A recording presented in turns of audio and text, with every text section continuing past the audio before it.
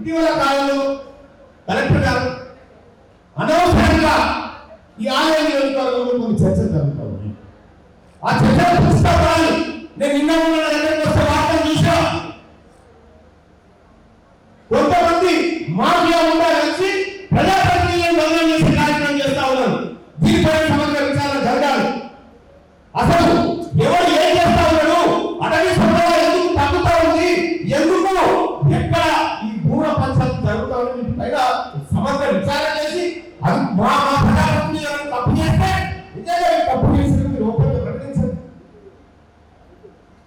కాబట్టి ఆలయ నియోజకవర్గం వార్తలలోకి తప్పుడు విధానంలోకి రాకూడదు. ఈ నియోజకవర్గంలో 100% ముందు సాధించడం గొప్ప పేరు రావాలి. ఈ నియోజకవర్గానికి 100% పెన్షన్ ఇస్తున్నటువంటి పేరు రావాలి.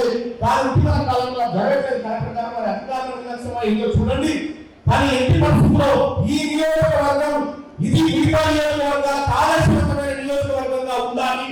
ఈ నియోజకవర్గం పేరుతో తప్పుడు ఆలోచన కలగాలని శాసనసభ పక్ష నేతగా ప్రతిపక్ష నాయకురాలుగా పనిచేసినటువంటి నియోజకవర్గం ఇక్కడ ఈ నియోజకవర్గం.